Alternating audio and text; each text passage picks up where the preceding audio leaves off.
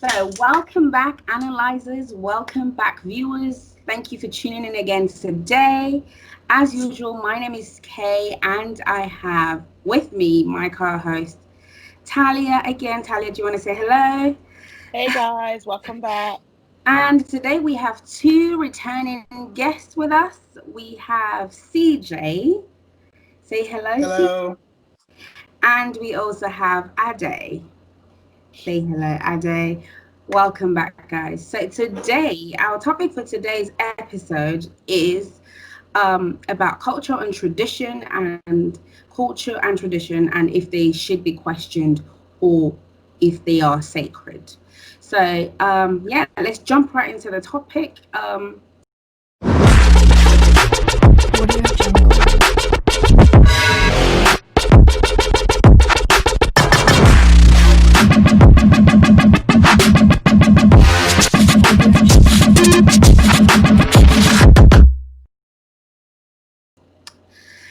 So, first of all, I want to define the word culture. So, according to the Cambridge Dictionary, culture is the way of life, especially the general customs and beliefs of a particular group of people at a particular time. So, think about if you think about Nigeria, you think about tribal marks. It's a specific set of people have those. If you think about the kente, you think about Ghana, you think about hip hop clothing, you think about African Americans, you think about the kilt, think about the Scots, think about locked hair, and so on and so forth. We can go on and on and on. So it's basically, a belief or a way of life that people have. And I believe that every country or every region sort of has, they have cultures. So now the topic is, now those that I've just listed are I would say they're very harmless because, well, maybe not the tribal marks. So think about their clothing, think about the locked hair. They're quite harmless. But then there are also the ones that are harmful, like the tribal marks that I just mentioned, and maybe even circumcision. Even though some people think it's not cultural, some people think maybe it's biblical or religious or things like that. But we'll go into the topic. But before I go in, I want to ask, first of all, let me go to CJ first. I want to ask you, do you feel like culture is something that we should question, or if you feel like culture should be sacred, so untouchable? What do you think? I'm gonna need to put on two hats here. On the one hand, I I feel like culture helps a people maintain a certain amount of sanity. I think it keeps people grounded to an extent, and I think that a lot of people come through a certain culture, and that helps them on much later in life. I think it keeps society safe. It keeps society in a specific way. Um, so that's one opinion. The second opinion is, well, um, should we change with the times? So basically, if we've had a certain way of life for a period of time, but then life as it is now is different, should the cultures adapt to meet the new way of life, Right. or should the way of life adapt to conform with the culture? Um, I'm of both opinions, to be honest with you. Okay. Okay. Let With me my let me with, yeah. go on. Finish. No, I was just gonna finish off with saying, with my background, I'm culturally steeped, but I'm also, if you like, new age. Okay. So I have to find a balance between the two scenarios, A and blend of both. that's a personal perspective. Okay. All right. Let me go to Ade and kind of take it. Do you agree with what Seiji has said? Do you think that we Um, should blend culture, or do you think that is something that should stand alone to give it its to make it as sacred as possible? So because if we keep changing it, at the end of the day, at some point we won't know what the actual roots of what we are practicing is. So what do you think? I think I agree with CJ from when he said what culture is and how much cult. I mean, if you need to have your own personal belief as well as your religious belief. If your culture is in line with it, you can take it on. For example, you can say for myself now, if I want to get married, would I do traditional wedding? I'm very flexible. I'm open to that. If she wants it, but it's not something I would instigate. It's not something I'll put on. But if she says she wants it, I would do it just to have a happy in-law. If the in-law are saying you need to have a traditional wedding, I'll do it. Right. But would I instigate that? I'm open to What it. if, sorry, just to jump in, what if she's not asking for it, but your side is asking for it? It's something we can table. My side, I can do with my side. My family knows what I'm like, my beliefs, so they will respect that. They respect my belief. I kind of feel like I feel two ways about this as well, and but then I also feel like culture should be sacred, in terms of saying if we continue to dilute things. So think about the ashoke, for example, which is a typical Yoruba fabric, a knitted fabric. Think about it. These days we're mixing it with laces, we're mixing it with the Ankara, we're mixing it with, you know, scuba even. And so you know, for me it's like at some point the Ankara, the ashoke or whatever African fabric you're using will get less and less and less, and then at some point it will disappear, just which is okay. So I want to kind of ask Talia, like, when it comes to culture, or let me just throw out, say for example, circumcision out, for example, as an example. It is frowned upon in the West where we live. However, it is our culture to circumcise male children. What are your thoughts on that? I think aside from it being our culture, it's also beneficial medically, you know, to circumcise a boy child. But where as far as culture goes, I think I agree with CJ. You know, for me, I'm a bit of both. So I do uphold my culture to a certain extent. However, I do feel that culture is actually there to be, it was created by somebody, it was made by somebody, and therefore it can be changed when it suits me. So I'm not, you know, obviously because we live in a Western world and we've been westernized. So I wouldn't necessarily uphold all of my African culture because actually I'm not down with all of them. But for the ones that I would, so for circumcision, yeah, I can easily say that, yeah, it's culture. And yeah, I'm going to do it because as well as the culture, I also know the benefits of it medically. So, you know, I think I'm a bit on the fence as well on this topic. I mean, are we kind of, go on, CJ. No, I was going to say, when we talk about things like this, when I hear the stance from people that would say culture should be sacred, for example, I think the examples they tend to pick are the easier to swallow examples.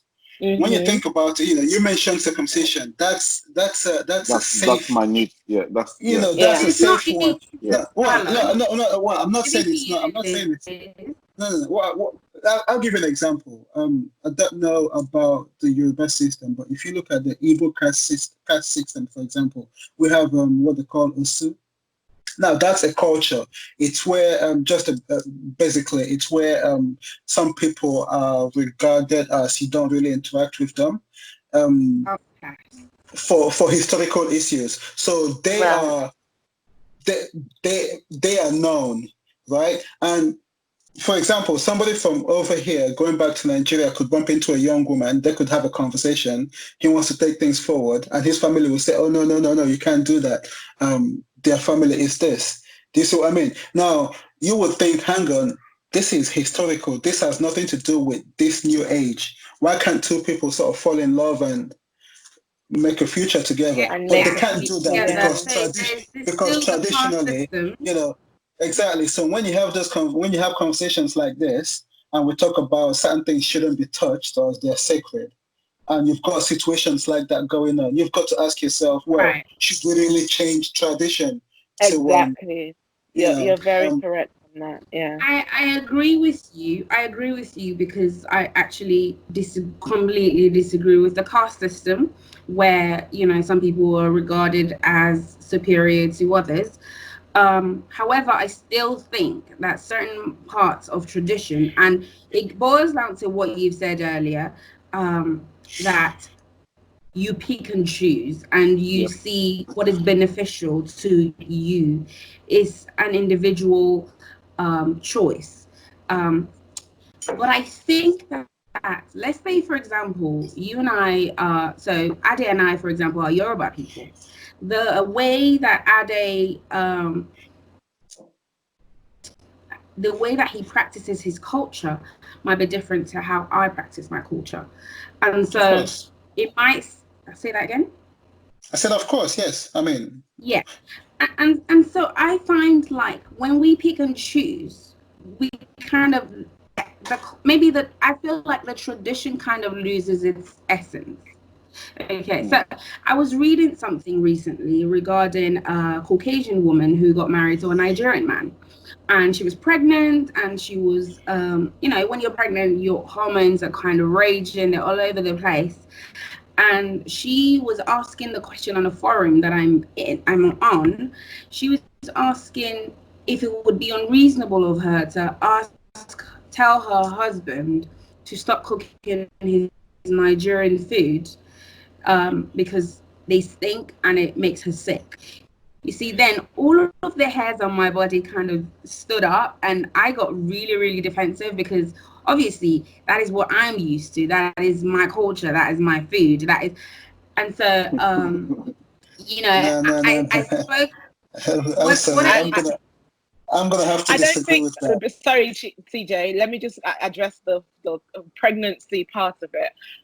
When I was pregnant with my first child as well, I found our food very stinky. So I don't think she meant to offend anybody with that culture. Yeah. I think it's just because obviously, like you said, you're Nigerian, but it's her hormones that she can't change that. so Yeah. would you have also said that Nigerian I food didn't shouldn't cook be in my cooked in house. your home? I didn't cook in my house. Right. I had to have my friends, a friend of mine, cook for me because I couldn't bear the smell. The smell, oh Lord, it was. Oh. So when you were eating it, you weren't smelling it anymore? No, because it's cooked. You just was. It's cooked, so the smell. The aroma of the food take for instance, Iru. Take for instance, Iru. Now, when you're cooking with Iru, the smell is different from when it's cooked. When it's cooked, when it's fresh, or when it's cooked. Yeah, when it's fresh, it's so hard. But when it's cooked, it's fine. And that's what we find with a lot of our foods. When you're cooking it's actually, but take for instance, oil, just palm oil. When you're cooking with it, like the aroma it gives can be sickening when you're hormonal.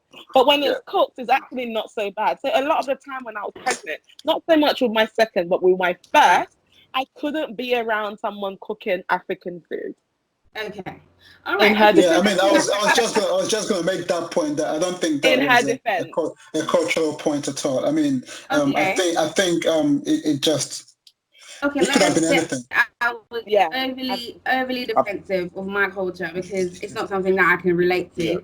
Yeah. That is my norm, and so I couldn't relate to it.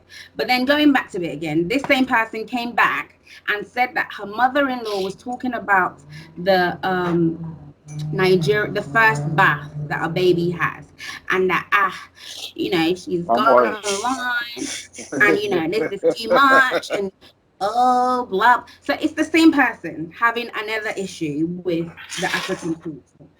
So that's the reason why it kind of put that together, and you can get the picture of what's going on. Yeah, because you're not married to a Nigerian. Okay.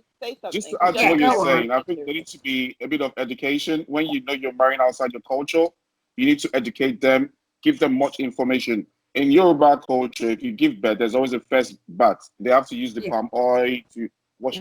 That is something you need to educate the child. Here, you give birth, they don't wash the baby, they just use towel. In Africa, the nurses will wash the baby for you, and you still go to palm oil. So you need to understand, if you're marrying outside your culture, this person has no knowledge. It's like going back to A, B, C, D, E, teaching someone how to speak English. You need to go back to the roots and say, well, my culture, we do this way. I mean, before you even get married, or whatever, you don't have to be married to have babies. Before you get to that process, the end result, I'm going to be with this person to have a child, you need to educate them on what to expect. So those questions she was asking, if the guy had explained some of it beforehand. No. She got it already. She already viewed videos online because they are on YouTube right here. Yeah. So she had viewed it. It was too much for her. So why do you think she was coming to you guys? Is that a cry for help, or is this something that our understanding was not Because enough? it's not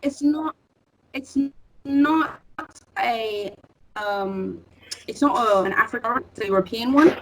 So sometimes you need to hear like-minded people tell you that, you know what, suck it up, or you need to hear them say, you know what, you shouldn't allow it if you don't want to allow it. If you don't feel safe, if you don't feel the bath is safe, and they're massaging the baby, they're pulling the legs this way and the arms that way, you shouldn't accept it. Sometimes you just want to hear like-minded people tell you that. I just want to say, my friend dated a European girl, and the first day, I think their second date, Nigerian restaurant, she was swallowing, and she's never done it before. Right. She's never done it before, and she swallowed the whole meal. I couldn't finish the meal. She finished her meal. She was swallowing. So I think it comes down to person as well. It's from person to person. Right. If your belief is about going out 100% for your partner, then they will do that. So it comes to your personal belief. Like I said earlier, my tradition, my cultures, they're there to guide me. But however, it does align with my personal belief and my Christian faith. If you tell me killing of twins in Calabar, I'll just disregard that. Like, what was that all about? That's whatever I go to my feet, like you said, circumcision, it's also in the Bible. I will circumcise my child if I have a male child because it's in my Bible. That's my belief. So I have a faith, which is my Christianity. Is it not in the Old Testament? I was going to say, this could get theological very quickly. Yeah, but also, even though circumcision was in the Old Testament, it's still in the New Testament. Jesus Christ was circumcised, John was circumcised, so it's everywhere. Only because they were Jews. Only because they were Jewish. But it's in the Bible. However you want to put it, it's in the Bible. So everything that's in the Bible is advocate it going forward. They didn't advocate it going forward. But the Jewish still circumcised till today. Yes, they do it. Yeah, but they're not Christians. But they're not Christians, though. But they're more or less like Christians. They consider that. Like I said, I think it's a personal thing. A personal belief. My belief. I think it's clean. I've experienced it. It's clean for me compared to someone that is uncircumcised. Medically, it's also better. You don't get infections. It's something that I've seen in my field. Well, I don't know that that's been proven. It does reduce your infection. You can Google it. I mean, I think it's mostly anecdotal rather than scientifically proven to do this, that, or the other. But I think you're not. CJ, can I just put this in? Yeah, of course. You're not more likely to get STIs just because you're not circumcised. I don't mean that. No, I mean you're not UTI. more likely to get it, but I'm not less. There's more people that are not circumcised that have issues because all I would say is if you're a man. All I would say is if you're a man and you're circumcised, don't think that gives you a free pass to put your thing anywhere you want. I'm just going to put it out there. I was specifically talking about urinary tract infection, not necessarily those sexual That's why I said UTI. You're not more likely to get it. No, your chances are. I did my no. With UTIs. As long as you keep it clean. As long as you keep it clean. You have to clean a circumcised and uncircumcised. We live in. I just want to say this. I'm not against circumcision because my son is circumcised and it was something that was important for me to be done. But let's not say that this is anything. It's culture and that's what it is. It's not something that has to be done medically. It's not something that you have to do. So it's cultural as far as I'm concerned, as far as I know. It is. I don't want to sound controversial, but if it was scientifically proven to do all we think it's supposed to do, trust me, the Igbo man would be doing it without. No, but I think for them as well, it's culture. That's why they don't do it. But if it was detrimental absolutely to their health. Yeah, but then be Yeah. it would be a given. Like, So whenever It would be- whenever it it would- flags up as a health condition, they do then do it. yeah, it's So like your not tonsils only though. You're not gonna only take do they your have- tonsils That's out. like anything. But if it was an underlying cause, Yeah. they'll chop it. Yeah. They'll chop it off without even asking you. Like it will just happen. Yeah, I mean, if you have issues, my tonsils aren't in. I had issues with it and had it taken out. It doesn't mean they're gonna take it out from birth. So you can have to kind of move away from this topic.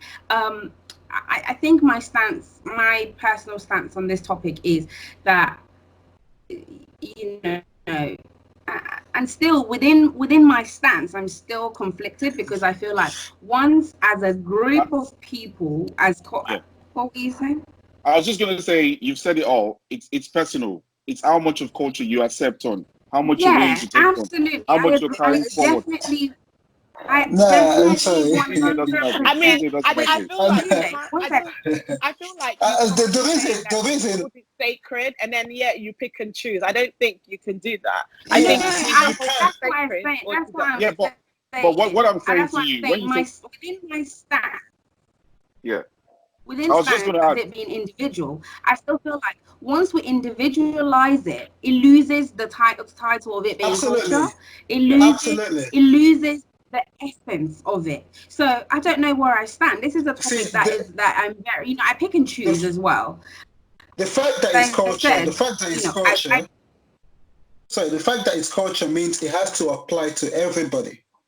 That's the first thing. So and apply exactly. to you everything that you do. You can't pick and choose. Absolutely. You're gonna say so for example, should you be wearing what you're wearing? Shouldn't you be having the gele and yeah. I'm saying if you're fully into the culture, you shouldn't step outside without your full Yoruba regalia. Do you see what I mean? That's why I said if you're that's fully into challenging, it, though, CJ, that's questionable. I agree. I completely agree. But if you're fully into it, then you have to be all the way into it. You see what I mean? That's why I said it's from person to person. It's how much that was transferred to me. This thing is ongoing. It's how much that was given to me. I'm going to compare myself with someone that lives in my village. No way. Even we're at the same age. Right. So but then how much? Sorry, go on. Information is power. It's how much of the information and education that I have. Actually, I'm sorry. You raise a very good point, actually, because what you said about how much was transferred to you, and this is where there's a bit of a problem, because how much would we transfer to the next generation? How soon before exactly? And I feel it becomes obsolete at some point. It's the same thing. It's the same thing in the West as well. Sorry to interrupt you. Sorry. It's the same thing in the West. They started Christianity. They all go to church of England. Hang on. Again, sorry. I don't want this to become theological, but technically, no, they didn't. What I'm trying to say, there's a conversation about the Ethiopians and Simon and the Acts of Apostles, etc. But let's they started Church of England. Yeah, Church of England. Anglican. So I mean, all the guys were going to church. Now, if you go to their church, you probably not find a youth of our age in church. That is a good point. So it's calmed down. So that's what's going to be. I mean, it's but you can't say you. Sorry, because I'm not trying to. Oh, okay. I was just going to ask. You can't say you know much culture as compared to your dad. You're probably about. So it's how much are you going to give to your kids? Your dad has 100%. Well, but I think that's watered down. Yeah, but that's what we're trying to figure out. So you've been Ade, you for example, you're in a intercultural. Is it interracial or intercultural? Not interracial. I don't know. Socially or religiously or psychologically. You're in an intercultural relationship or in an intercultural marriage. And so, say for example, your wife refuses that you do the Nigerian bath, for example, or she refuses the Nigerian food, and then that goes away, and then your children will most likely not perform the same things, and then that goes away. At what point do we still retain our culture? Our culture. That is the question. that's the same thing I was saying to you earlier on about your colleague that was saying that those questions. I am into my culture to a degree. I know my culture fairly well. Like I said about the traditional marriage, I might not do it. That doesn't disregard me from not doing what is cultural. The fact that I know about the palm oil birth, so I would like my child to have it. If I have a male child, I want my child to be circumcised. So, sorry, I have a question. Like, Talia, you're not Yoruba, are you? No, I'm not. I'm horrible. Right. Okay. Right. So it's for you two then. When you see an elder, how low do you prostrate? I go flat. Well, you see what you know. It's interesting that you depends on the setting. This question because like you said, I'm not Yoruba, and I go to a church that is predominantly Yoruba. And there was a day that I came in with my kids, and obviously my kids just say good morning, and they don't dobale as the Yorubas do. And there was a lady that was like, I said to my son, bearing in mind my son is just 4, he was 4 at the time, and I said to him, was teaching him, when you see an adult, this is what you do. And you know what? I didn't feel any kind of way about it. In fact, I said to my son, you heard her. When you see aunties, this is what you do. Not that he took it on board, because obviously he's just 4, but he did it for that minute. I think so. Do you not think sometimes that's taking a bit too far? I want to try to. We're going too much into time. Obviously, there are several instances that we can give. So let's try to pull it together. Yeah. So let me finish what I want to say to answer your question. So going back to your question, CJ, even though in my culture we don't get on our knees, however, we do say something that says mingo, and mingo literally means I'm on my knees and I'm greeting. But we don't necessarily go on the knees and greet. Do you get what I mean? Yeah. But I don't think I mind if my kids learn that actually in Nigeria we have different cultures, and in a different culture, you the ballet to greet. So I don't think I mind. It doesn't matter to me. In fact, I do it. So could you not just put the reverence in your voice? Huh? Could you not just put the reverence in your voice, and then it's understood that you've got that respect, as opposed to I don't know, putting your white trousers on the floor. I'm just playing devil's advocate. Yeah.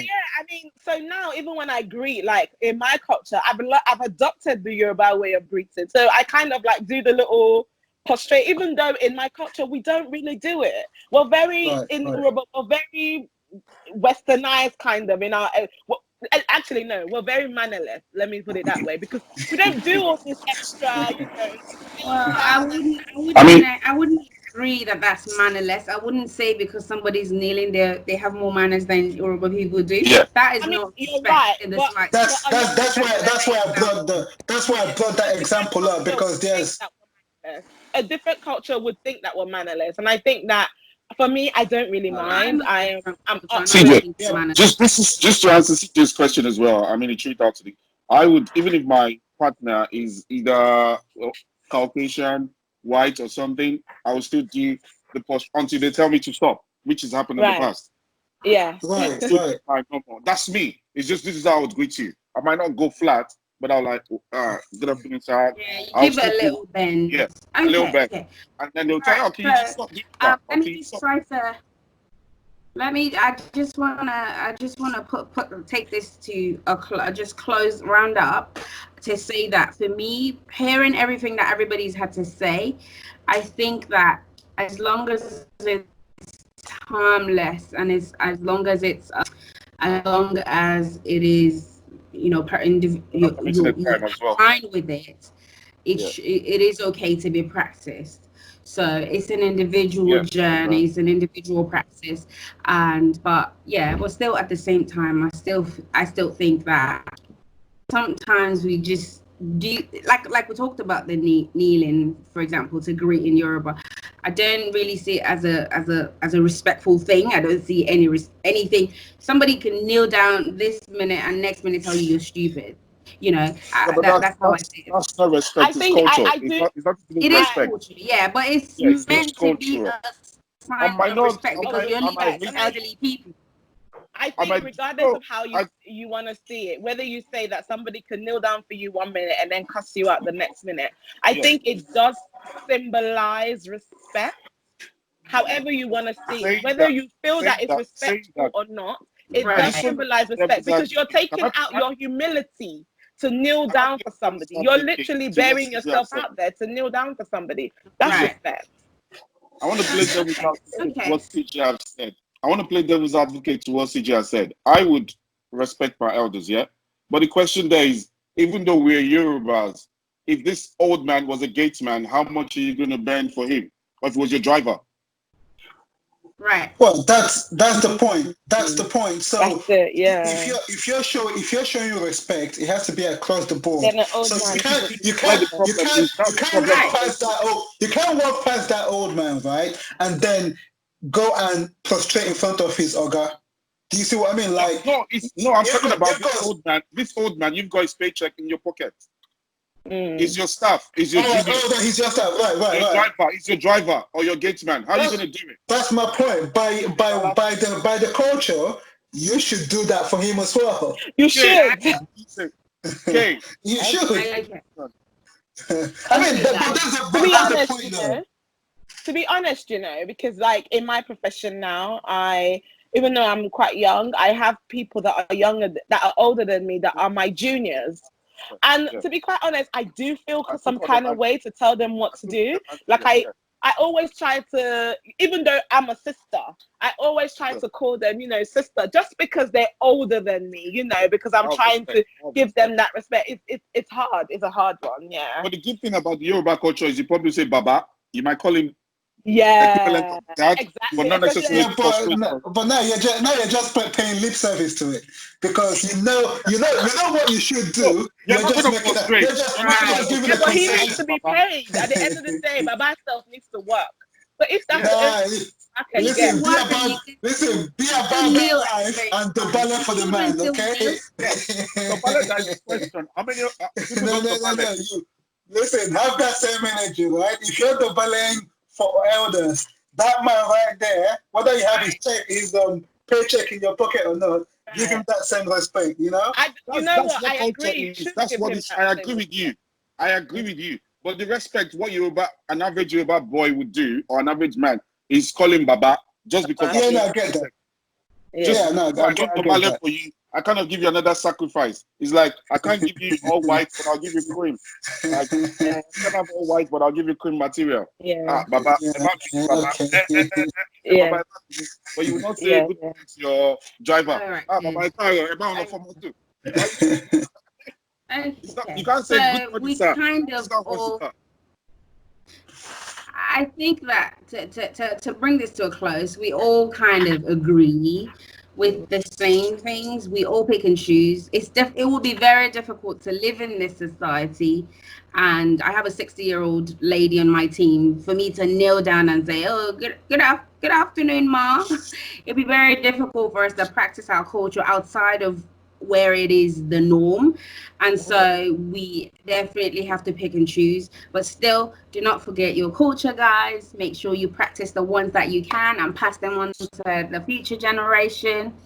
And yeah, that's the end of this segment. I want to say a very big thank you to our guests for today, CJ and Ade. Thank you so much for coming on. It's always a pleasure.